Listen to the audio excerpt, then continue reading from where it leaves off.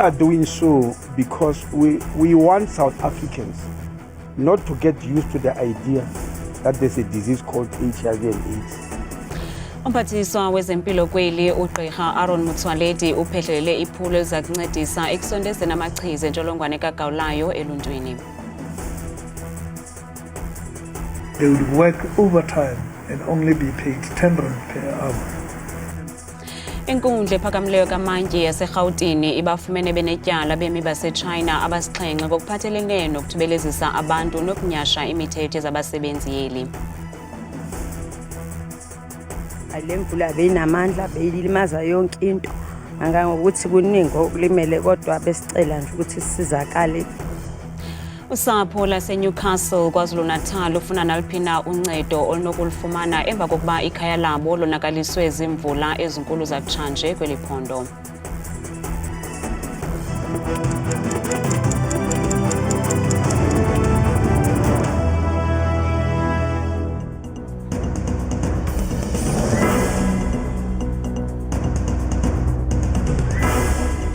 Sinamkele kwindaba zethu andambe ndodwa andamba nophumza sikhumba noyitoliki yolimi lwezandla Botani Mzontsondo. Umphathiswa wezempilo uGqirha Aaron Motsoaledi namhlanje uphehlelele iphulo elitsha lonyango lwe-HIV elijolise ekuvaleni umsantsa wokufikelela kumachiza alentsholongwane okukuza emveni kwesigqibo somongameli waseMelika uDonald Trump sokuqhawula amatyathango okunceda eli loMzantsi Afrika ngamachiza e-HIV. uGqirha Motsoaledi uthi ngabantu abongezelekileyo abayi-1.1 million abaphila nalentsholongwane nabazama ukuba uphele unyaka bonke befumana unyango. Umphathiswa wezempilo uGqirha Aaron Motsoaledi uthi uninzi lwabantu abaphila nentsholongwane kagawulayo ngamadoda. We also know that most of the people who are looking for are men. That's the message which people also must know. We are looking for men because out of this 1.1 million, the majority of those people are men. Women have done very well to help the fight against HIV. I must say, I want to repeat it many times. Women must have done very, very well in this battle. Liphulo eli lentsebenziswano phakathi kwebhunga lentsholongwane kagawulayo kweli iSANAC kananjalo nenkqubo yezizwe ezimanyeneyo yokulwa nale ntsholongwane i-UNAIDS. So we are working with the civil society, the men's sector, under a campaign called A Better Man for Tomorrow, and the men are pushing this. We know that children are missing from treatment, even though their mothers and their fathers are in care. And if you look at the Global Alliance to End AIDS in Children, that is our way of getting children back onto care. Today we're launching really the acceleration of work on treatment, but that we believe will also be a huge driver to ensure that prevention of those most vulnerable, particularly young girls who are infected mainly by the men, as Minister was saying, will be prevented from new infections. We cannot afford at this time to turn back the tide on the progress we have made. Umphathiswa ukwathe banqenela ukuba unyaka uphele sele behambe indima ebonakalayo ukulwa ne-HIV.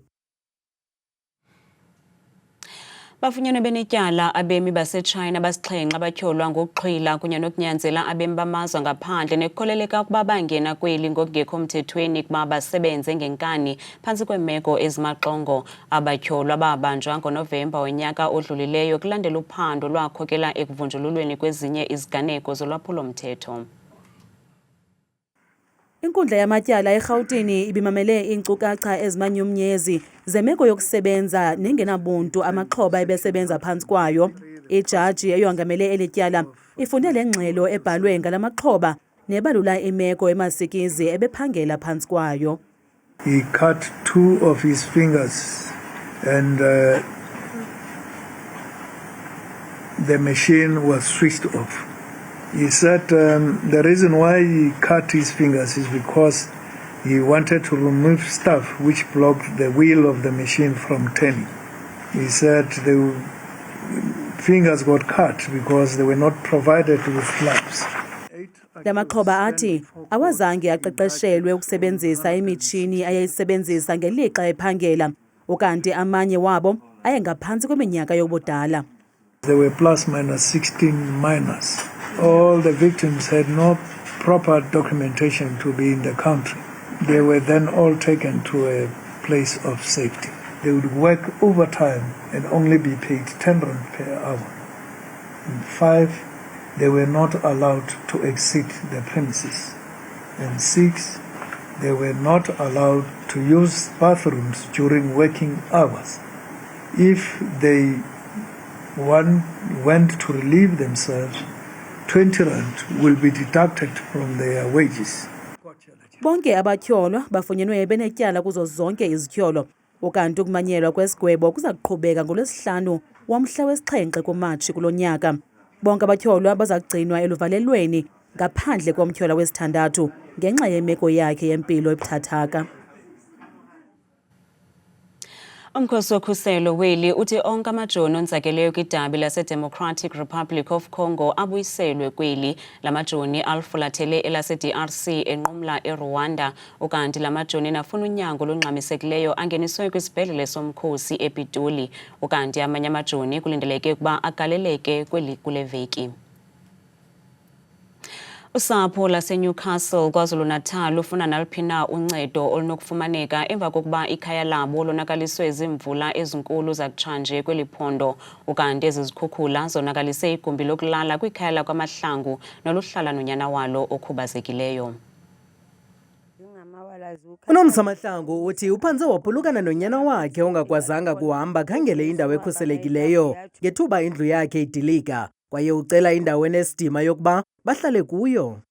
Ngangekho ngedrobheni ekuseni imvula bazizina vele ngafonelwa umunye wabomakhelwana wathi na ingane icishe igqitshwa umuzi. Ngisedrobheni ngabuya edrobheni ngathola vele umuzi uwile ingane kodwa bayisevile omakhelwane. Ngale mvula le beyina, le mvula beyinamandla beyilimaza yonke into. Angangokuthi kuningi okulimele kodwa besicela nje ukuthi sisizakale. Ukanti njengayena uphina umzali uNomsa uthi uxhalabele impilo yomntana wakhe. Khathazeka kwami ukuthi indodana yami kumele ihlale endlini eright ndokuthi le imvula amazilibelezina umntwana akakhoni ngoba angisakhona nokuhamba ngephi ngomela ngemgade ngoba le imvula zayisa indlu. Angikhoni kwenza lutho nje nayo yakhathazeka ngoba umntwana odisable. UNomthandazo Mpanza nongumakhelwane kaNomsa uthi imeko ayinhlanga nto leyo inyanzelise ukuba angenelele. Mina ngokukhathazeka kwami ngikhathazeka kakhulu ngoBoyilo nelokhu ne-disability ngokuthi uma wakhe ngoba echaza ukuthi angeke akwazi ngisho ukuhamba. Ake sithi seyafikile umnikazi wendlu le abalala kuyo uyangena la balala ngapha vela yikho enye indawo abazolala kuyo.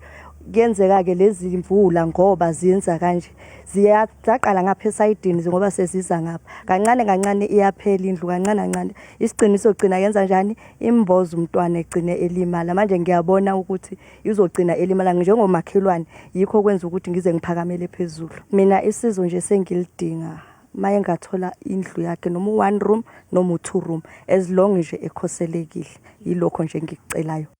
Kungokunje olusapho lusaxhorhe ebumelwaneni. Ingxaki enkulu kweli umba wabafundi abangakwaziyo ukufumana iziqinisekiso zemfundo xa begqibe izifundo zabo ngenxa yokungabi namali, ukanti ngoku iofisi enkulu baphathiswa eMpuma Koloni ibambisene neMesita ibekele bucala imali engange-70 million rands ngelokuhlangula abafundi kumgibe wamatyala emfundo kwiiyunivesithi zeli kwakunye nee-TVET colleges. Ngoku siqhagamshana nesithethi kwiofisi enkulu baphathiswa uKhuselwa Rantyi eza kusichazela banzi ngale nkqubo. Khuselwa, ingaba ngabafundi abaphuma kweziphi iiyunivesithi nee-TVET colleges besenze ziphi izifundo abazakuxhamla kule nkqubo? Sasazi sijonge ncakasana abafundi abasuka kwidyunivesithi yaseFort, idyunivesithi yaseRhodes kwakunye neNelson Mandela University. Abo ke bebesenza izifundo ezizisapotwa okanye zixhaswa yile sitha kubizwa ngokuba yiMesita, izifundo ze-engineering, izifundo zobungcali ngekhompyutha, kwakunye nezo zifundo zixhasayo lozo nkonzo kutywa phantsi kweli candelo likaMesita. Ndithetha ngezifundo ke ezifana no-financial accounting no-supply chain management ezithi nazo zithathe indima okanye zixhase ukwenziwa kwemisebenzi ekweli candelo lalesitha enguMesita. Ingaba ngaphi abafundi abazakuxhamla kule nkqubo?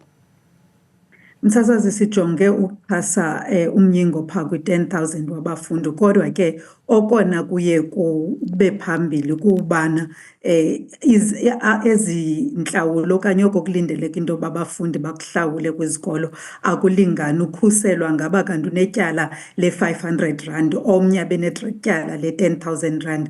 Ngoko ke okona sijola ukwenza kukuthi siqinisekise into okokubana siliphondo leMpuma Koloni siyakwazi ukuyisebenzisa le-R70,000 ibhatale kangangoko aba bafundi amatyala abo, sikwazi uthatha ixathu nathi ekutheni abafundi abaninzi babe kanti bahlawulelwa amatyala wabo ukuze bafumane izatifiketi zabo. Mandongeze ke msasazi ndithi ngaphandle kwezi dyunivesithi zintathu ndizibalileyo zalapha ephondweni, ii-TVET colleges zalapha ephondweni nazo ziza kufumana kule nkxaso zosibhozo. Ukanti ke idyunivesithi Walter Sisulu yona ithe yabelwa bucala yiMESITA isabelo sayo ukuxhasa kwakhona ukuba abafundi bakwela dyunivesithi nabo bakwazi ukuncedisa ukubhatala amatyala abo.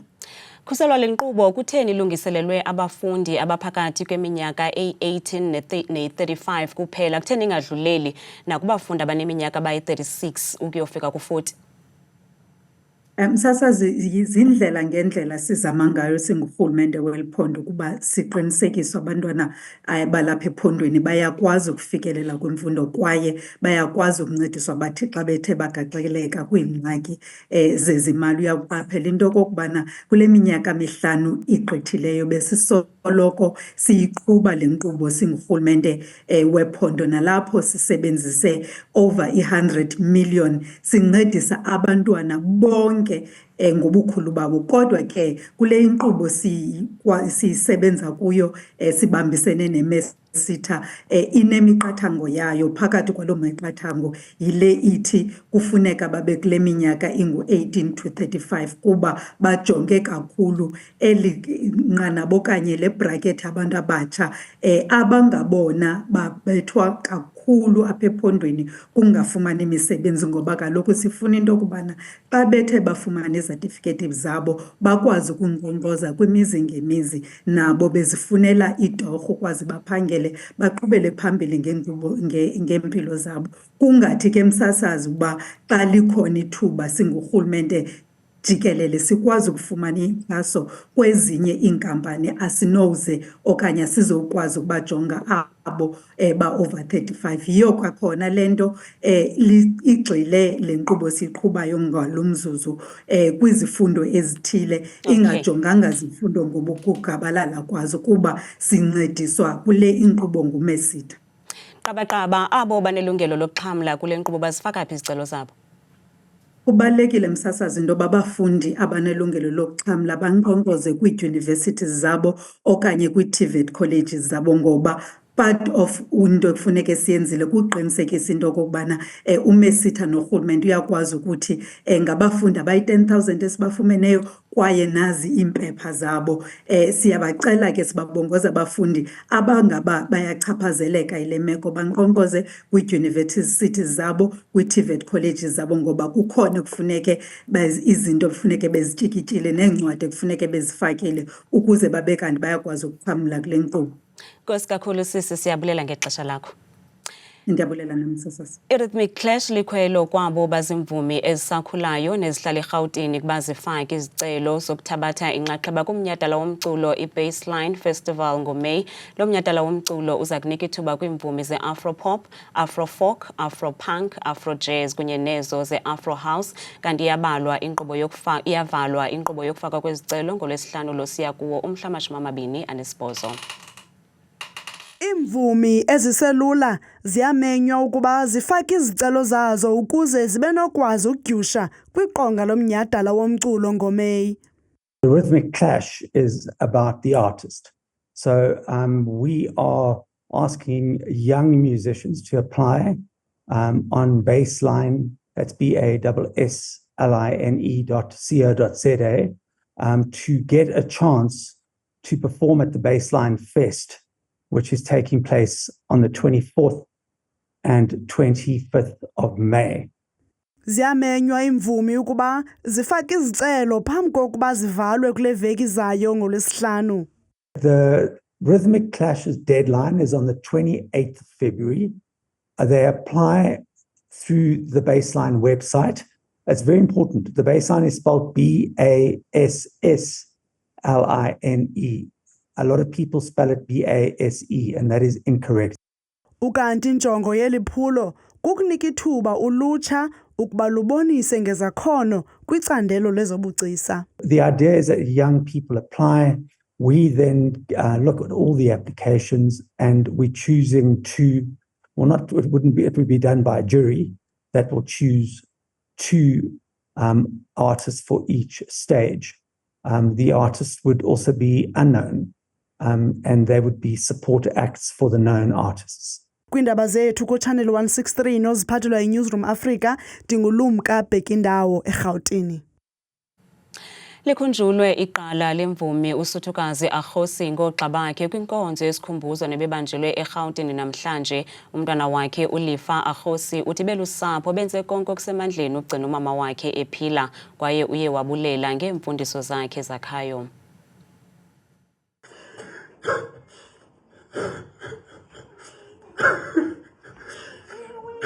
Khange akwazi ukuzibamba inyembezi uLifa Akhosi nongunyana wongasekhoyo usuthukazi Akhosi. uLifa uchaze umama wakhe njengomuntu obenesiphiwo somculo. The most loving, compassionate, kind-hearted, giving person, and one of the most talented human beings I've ever come to know in this life.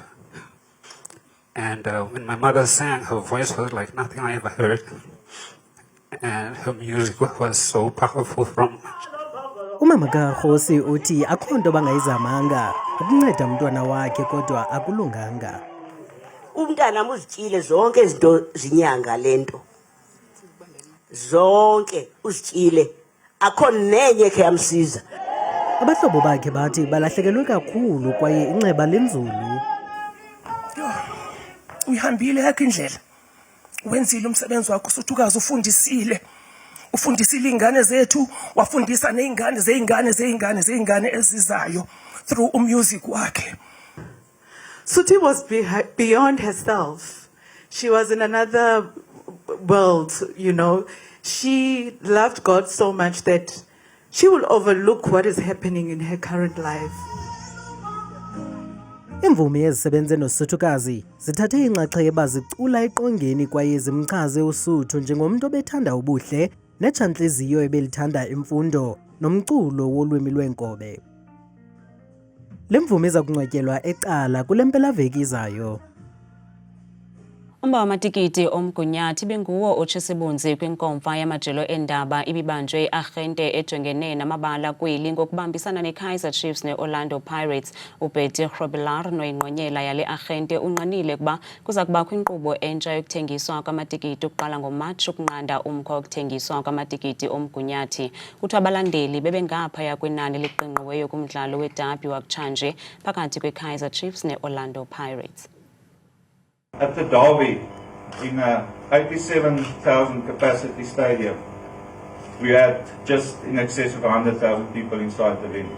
We owe it to the fans, we owe it to the general public at large, we owe it to sponsors, we owe it to the PSL to ensure that we put measures in place to mitigate this. So it is a strange time to do so, specifically with big fixtures coming up, but we made a decision to accelerate the ticketing system at the venues we manage. With that I refer to FNB Stadium and Orlando Stadium with immediate effect. So from the 1st of March we will have a new ticketing partner and a new ticketing system and new ticketing purchase options.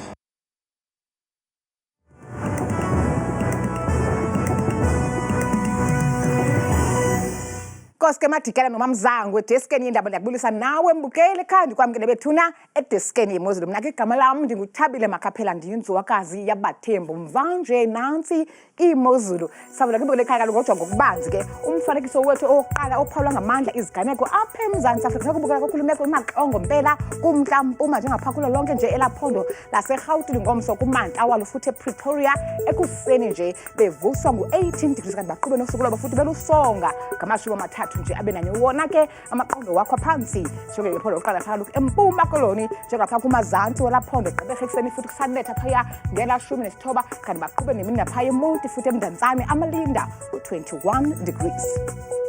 Nasi mthela lokhu imozulu phaya ephondo lase-Free State ngomsalo phondo ke likumbindi apha eMzantsi njengapha kukhona kwimpuma yalo eFixburg esele futhi qabaqaba ngamafu phaya ngelashumi likhatshwa sisihlanu unyuke njalo beke lithe chu futhi kwaVelcom ku-19 degrees ekuseni kanti ke phaya ephondweni lasentshona koloni ngomsa ngamandla futhi eKapa lodumo kwasekuseni futhi licwengile izulu phaa kakuhle nge-18 naseWorcester amafu nje abikiwe phaya xa bezawulala futhi nge-33 nansi kwakhona bethuna kaloku imozulu ephondweni lase-Northern Cape ngomso ngasenqobeni phakho Springbok ekuseni futhi ngeshumi nje likhatshwa sisibhozo xa bequkumbela izulu phabo futhi phakho Alexandra Bay ku-21 sebenje nje phaya ephondo lase-Northwest ngomo samazantsi welo phondo Bloemhof kwasekuseni phaa bevukwa futhi qabaqaba ngamafu ngamashumi mabini nje abe naye Klerksdorp xa unyuka kanjalo futhi ngelaphondo ngamashumi nje amathathu aze abe naye kanti xa sithe chu ngokubanzi imbukelo wam ekhaya apha ephondweni laseRhawutini njengapha kumazantsi welaphondo phakho Carltonville kwasekuseni futhi lishumi nje likhatshwa sisithandathu xa bezawuqukumbela usuku phakho Johannesburg Soweto futhi kwasekuseni futhi ngo-19 sinyuke sithe chu futhi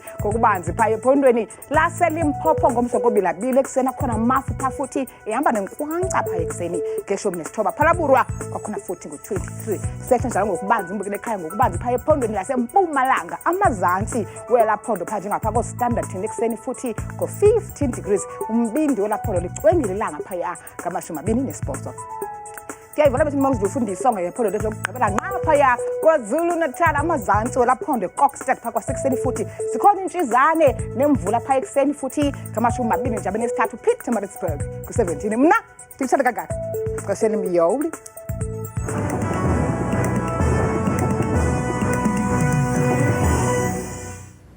kamnandi mawethu.